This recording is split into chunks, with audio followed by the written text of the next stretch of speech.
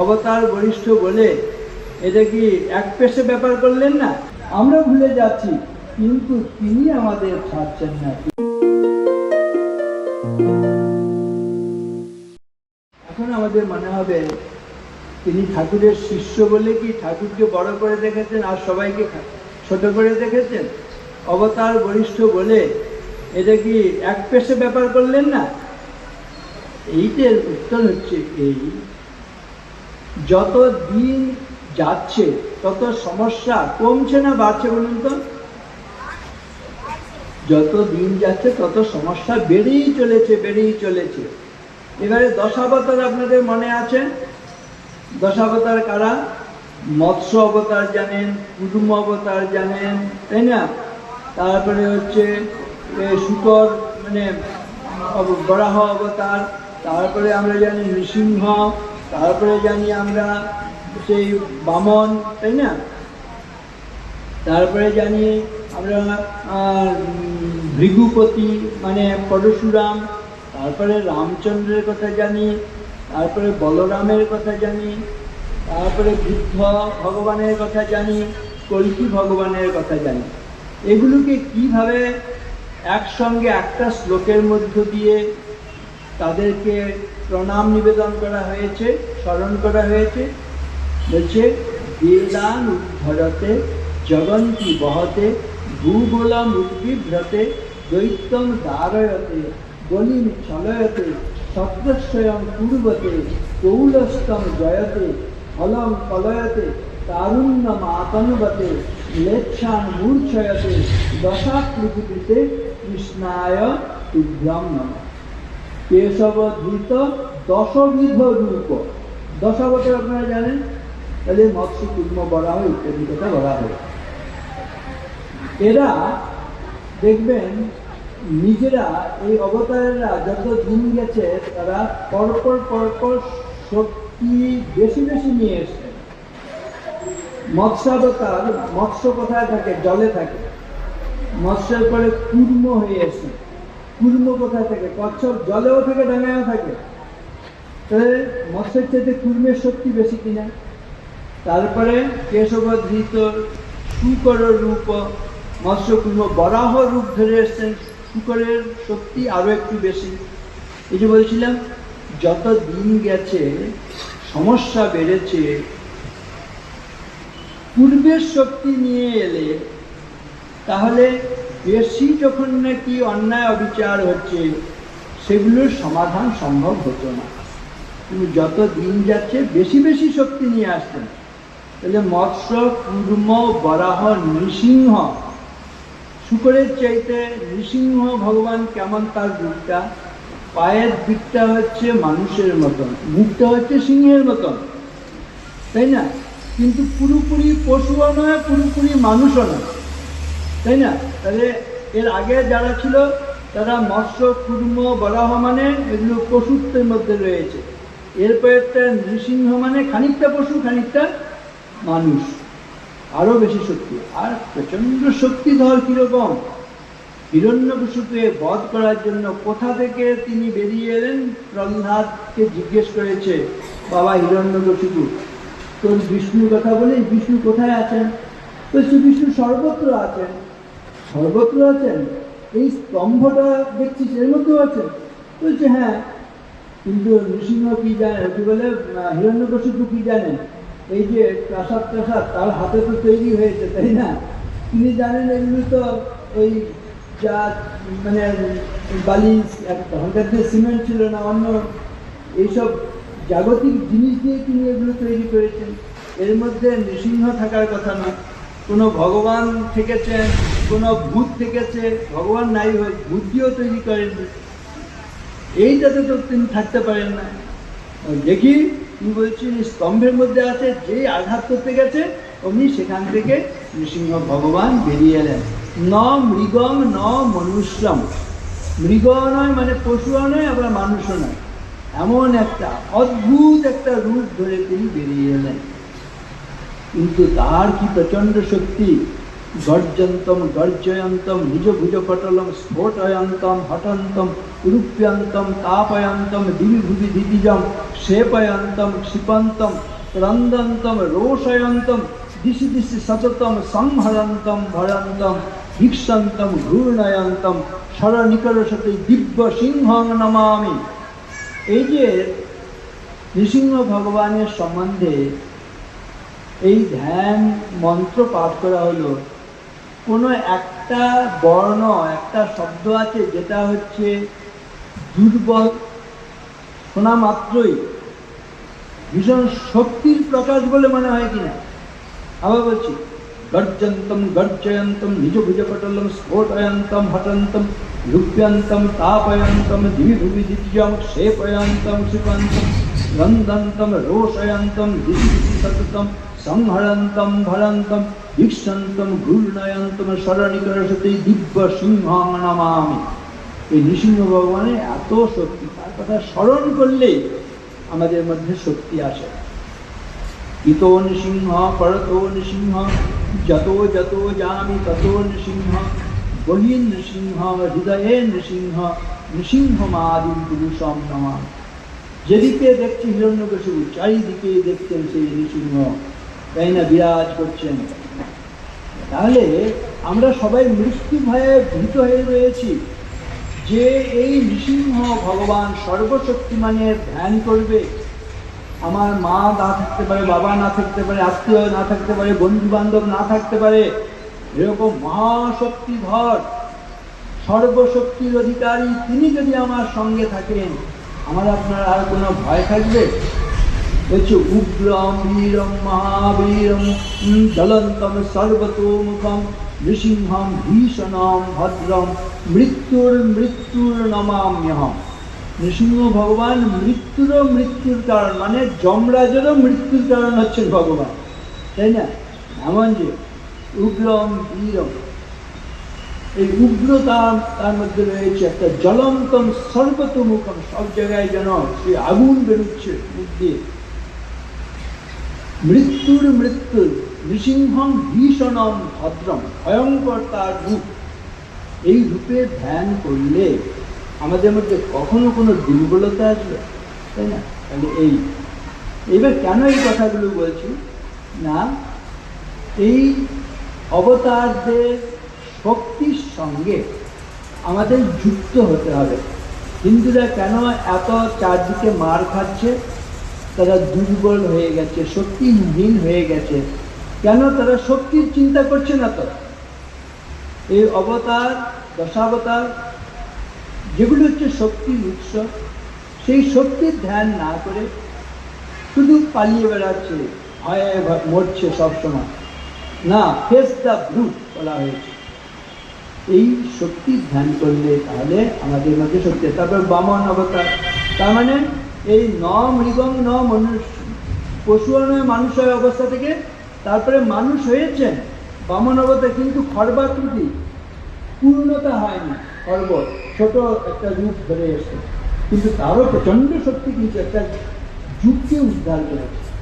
তারপরের যুগে সেই মানুষটা ছোট, সে বিরাট একটা রূপ ধরেছে, পরশুরাম ক্ষত্রিয় নিধন করেছে, প্রচণ্ড শক্তির অধিকারী হয়ে এসছেন, কিন্তু তার মধ্যে একটা উগ্রতা আছে, তাই না? কখনো পরিশীলিত হয় না। তারপরের যে অবতার রাম অবতার, তখন তিনি পুরুষোত্তম একেবারে পূর্ণাঙ্গ রূপ ধরে এলেন, তাই না? তার মধ্যে স্নেহ, ক্ষমা, মমতা, আবার বীর্যবত্তা সব রয়েছে। এখানে গিয়ে পূর্ণতা লাভ। তারপরে বলরাম, তাই না, বলা হচ্ছে। তারপরে বুদ্ধদেবকে বললেন তো অহিংসা প্রচার করেছেন, তাহলে তার শক্তি কোথায়? আচ্ছা, শক্তির প্রকাশ, আমি ইচ্ছে করলে একটা শত্রুকে হত্যা করতে পারি, আবার ইচ্ছে করলে শত্রুটাকে বাঁচিয়েও রাখতে পারি। হত্যা করার মধ্যে বেশি শক্তি না, ওই যে ইচ্ছে করলে মারতে পারি তবু মারলাম না, এটার মধ্যে শক্তি বেশি। কোনটা? পরেরটা বেশি শক্তি না, কারণ তার মধ্যে ভীষণ কন্ট্রোল আছে। তীর একটা নিক্ষেপ করে দেয় যেতেই পারে, কিন্তু তীর থেকে আবার ফিরিয়ে আনতে যে পারে তার শক্তি বেশি না। এই বুদ্ধ ভগবানের এরকম কত মারের আক্রমণ হয়েছে না, সেগুলিতে তিনি একেবারে টললেন না।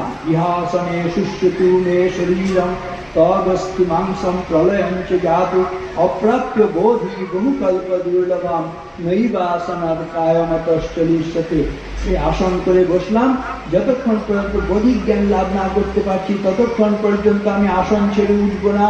আমার শরীরটা পচে যাক, গলে যাক, যা হোক, তাই না, চূর্ণ বিচূর্ণ হয়ে যাক হাড়গুলো, তবু আমি আসন ছেড়ে উঠবো না যতক্ষণ পর্যন্ত পরম জ্ঞান, বৌদ্ধিক জ্ঞান, নির্বাণ লাভ না করছি। এই যে দৃঢ়তা, এটার মধ্যে হচ্ছে সত্যিকারের শক্তি।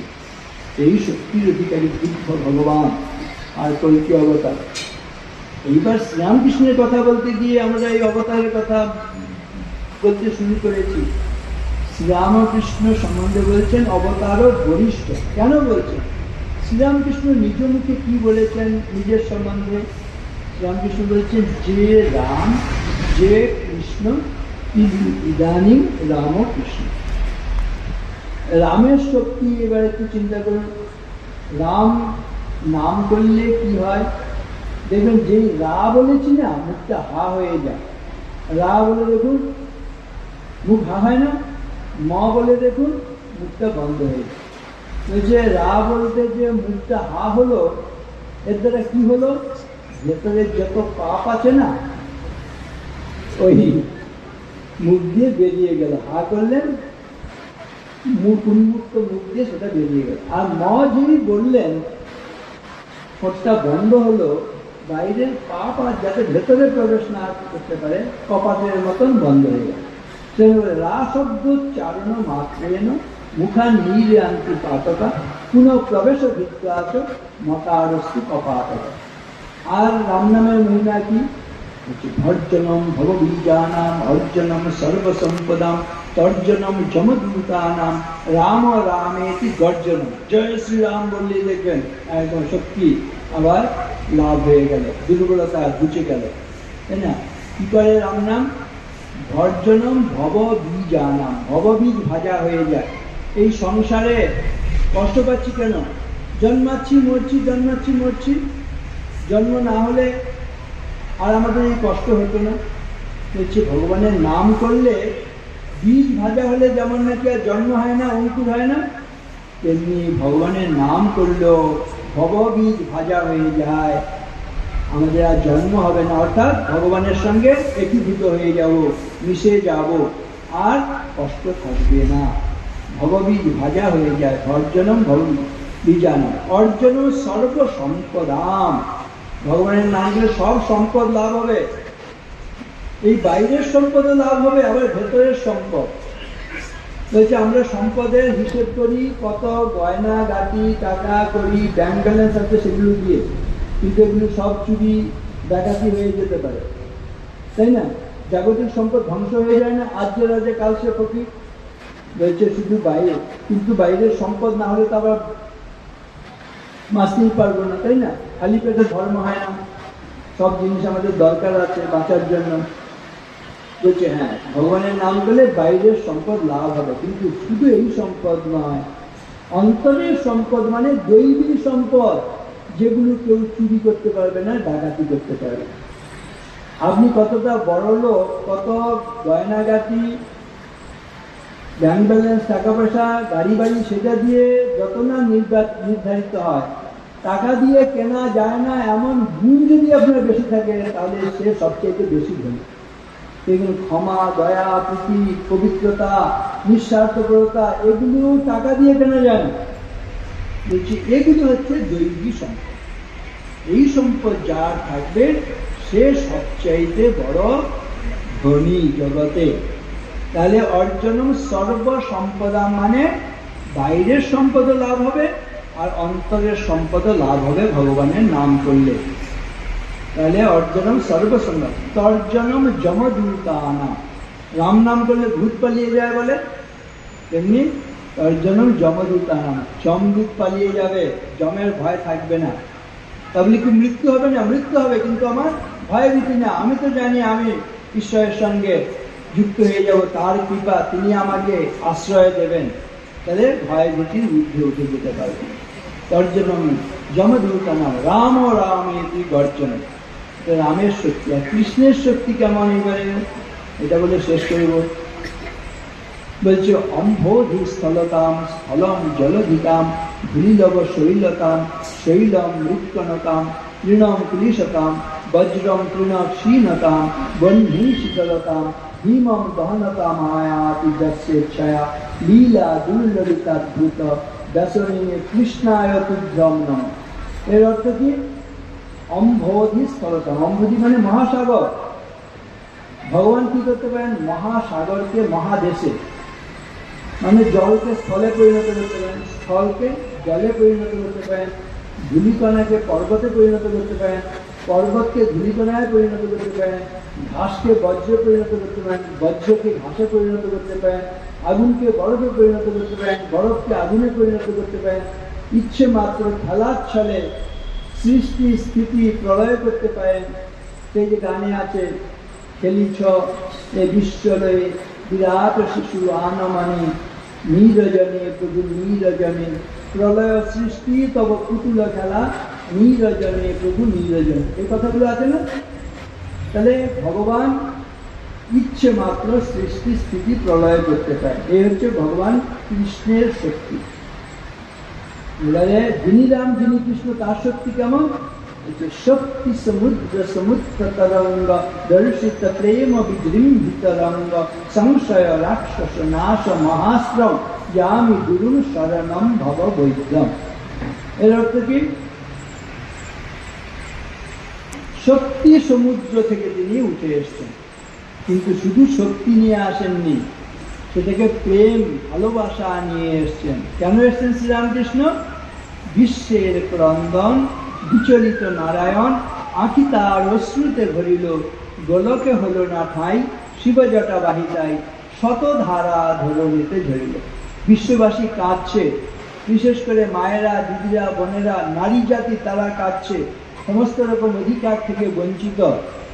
সেই জন্য আমি বলবো, এ যুগে ভগবান যে আসেন, কখন আসেন? ধর্মের গ্লানি হলে আসেন। তো এই যুগে ধর্মের গ্লানি কি সেটা তেমন বলা নেই, কিন্তু একটা জীবন্ত মানুষকে যদি পুড়িয়ে মারা হয় সেটা ধর্মের গ্লানি না? সতীদাহ প্রথা হচ্ছিল, বাল্য বিবাহ, সমস্ত রকম অধিকার থেকে নারীদের বঞ্চিত করা হচ্ছে, কালী মন্দির থেকে কালী মূর্তিকে বার করে নব্যশিক্ষিত যুবকেরা, দৃঢ়জীব সম্প্রদায় আছে আপনারা জানেন, ইংরেজি শিক্ষায় শিক্ষিত হয়ে ঘুরিয়ে দিচ্ছে।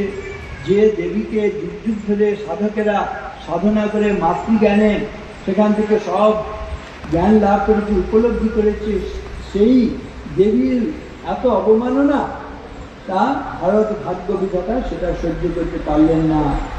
কেন? শ্রীরামকৃষ্ণ রূপ ধরে এলেন না, বিশ্বের ক্রন্দন বিচলিত নারায়ণ আঁখি তার অশ্রুতে ভরিল গোলকে হলো না ঠাই শিব জটাবাহিতাই শতধারা ধরণীতে ঝরিল। শ্রীরামকৃষ্ণ এলেন, সারদা মাকে নিয়ে এলেন, স্বামীজিকে নিয়ে এলেন, স্বামীজির গুরু ভাইরা সন্ন্যাসী পার্ষদ তাদের নিয়ে এলেন, গৃহস্থ ভক্তদের নিয়ে এলেন, বলরামবাবু, নীলগড়, সুরেন্দ্রনাথ, রামবাবু, নারী ভক্তদের নিয়ে এলেন, গোলাপ মা, যোগীর মা, গৌরী মা, এদেরকে নিয়ে এলেন শতধারা হয়ে। এবং এখনকার দিনেও রামকৃষ্ণ গুরু পরম্পরা রয়েছে বেলুড় মঠে, যারা প্রেসিডেন্ট মহারাজরা, ভাইস প্রেসিডেন্ট মহারাজরা, তারা দীক্ষাদি দান করছেন। দেখুন, এই জগতের মানুষকে ত্রাণ করার জন্য, তাদের দুঃখে বিচলিত হয়ে এই গুরু শক্তি তিনি অবতরণ করলেন, তিনি অবতরণ করলেন। গুরু যুগ ধরে এখনো পর্যন্ত তিনি আমাদের আশ্রয় দিচ্ছেন। তা একদিকে যেমন প্রচণ্ড শক্তি, দশাবতারের শক্তি, আবার তার মধ্যে প্রেম, ভালোবাসা, তাই না? অহেতুক দয়া সিন্ধু শান্তা মহান্ত নিবসন্তি সন্ত বসন্ত বল্লোকহিতম চরন্ত তীর্ণা স্বয়ং ভীম ভবার্ণবম জনান অহেতু অন্যতারয়ন্ত। অহেতু কৃপা সিন্ধু হয়ে, আমাদের কোনো গুণ না থাকলেও আমাদেরকে ত্রাণ করবেন বলে তিনি এসছেন। তিনি ডেকেছিলেন, ওরে তোরা কে কোথায় আছিস আয়, কিন্তু ভক্তরা কেউ গেল না। শ্রীরামকৃষ্ণ নিজে ভক্তদের বাড়ি বাড়ি যাচ্ছেন। সেই গানে আছে, আমি তো তোমারে চাহিনি জীবনে, তুমি অভাগারে চেয়েছ, আমি না ডাকিতে হৃদয় মাঝারে নিজে এসে দেখা দিয়েছ, ও পথে যেও না ফিরে এসো বলে কানে কানে কত কয়েছ, তবু চলে গেছি, ফিরাইয়ে আনিতে পাছু পাছু ছুটে গিয়েছে। এই হচ্ছে শ্রীরামকৃষ্ণ, তাই না? আমরা না চাইতো, তিনি চাইছেন। বলছে এটা এরকম, কখনো কখনো জোয়ার আসে, এমনি নদ নদীগুলো কোথায় যায়? সমুদ্রে যায়, কিন্তু জোয়ারের সময় সমুদ্র এসে নদীতে পড়ে। এখানে দেখছি কি, ভক্তদের ভগবানের পেছনে ছোটার কথা, এখানে ভগবান ভক্তের পেছনে ছুটছেন, তাই না? এই হচ্ছে শ্রীরামকৃষ্ণের প্রেম, তাই না? তাহলে নদ নদী ধায় সিন্ধু পানে, জগজনে এই তো জানে, গৌর রাজ্যের বিপরীত রীতি, সিন্ধু ধাইছে নদীর প্রতি। এই ভগবান রূপ সমুদ্র এসে ভক্তরূপ নদীতে আসে। তাহলে তিনি কি করছেন? যদি বাতাবি দোষেন মদ ভক্ত মান নচস্ময়, অহং স্মরামি মদ ভক্ত নয়ামি পরমামৃতি। বলছে আমার ভক্ত যদি আমাকে স্মরণ না করে, আমি ভক্তকে স্মরণ করে তাকে ঊর্ধ্বগতি দান করব। এটা ভগবান আশীর্বাদ করে রেখেছেন, কিন্তু এই যুগে এটা আমরা সত্য হতে দেখেছি রামকৃষ্ণ। আমরা ভুলে যাচ্ছি, কিন্তু তিনি আমাদের ছাড়ছেন না। তিনি গিয়ে আমাদেরকে সেই অসাধু সাধুতা দায়ী অতি নিচোচ্চতারক, অসাধুকে সাধু বানিয়ে দিচ্ছেন, তাই না? অতি নিচকে উচ্চগতি দান করছেন। হান মুঞ্চ কদা তিম্মা প্রেম না হৃৎকণ্ঠস্ত্র, কেন হে রামকৃষ্ণ তৈ ভক্তিহীনে কৃপা কটাক্ষম তুমি দেব। সেই শ্রীরামকৃষ্ণ যেন আমাদের কৃপা কটাক্ষ কাটান। তিনি আমাদের জীবনের যে খণ্ডিত অবস্থা রয়েছে, খণ্ডিত জীবন যাপন করছি, সেটার অবসান ঘটিয়ে তিনি আমাদের কৃপা করে পূর্ণত্ব দান করুন। শুধু দিন যাপনের, শুধু প্রাণ ধারণের গ্লানি, সরমের ডালি, নিশিদিন রুদ্ধ ঘরে ক্ষুদ্র শিখা স্তিমিত দ্বীপে ধূমাঙ্কিত কালী, লাভ ক্ষতি টানাটানি, অতি সূক্ষ্ম ভগ্ন অংশভাগ, কলহ সংশয়, সয়না সয়নার জীবনের খণ্ড খণ্ড করি দণ্ডে দণ্ডে ক্ষয়। এই খণ্ডিত জীবনের অবসান ঘটিয়ে তিনি পূর্ণ করুন, যেন বলতে পারি ধন্যোহম যকৃতোহম বিমুক্তোহম ভবগ্রহাৎ নিত্যানন্দ স্বরূপোহম পূর্ণোহম তদ অনুগ্রহ। এই খণ্ডিত জীবনের অবসানে আমাদের জীবনে পূর্ণতা প্রার্থনা করে আমার কথা শেষ করছি। সবাই ভালো থাকবেন। নমস্কার।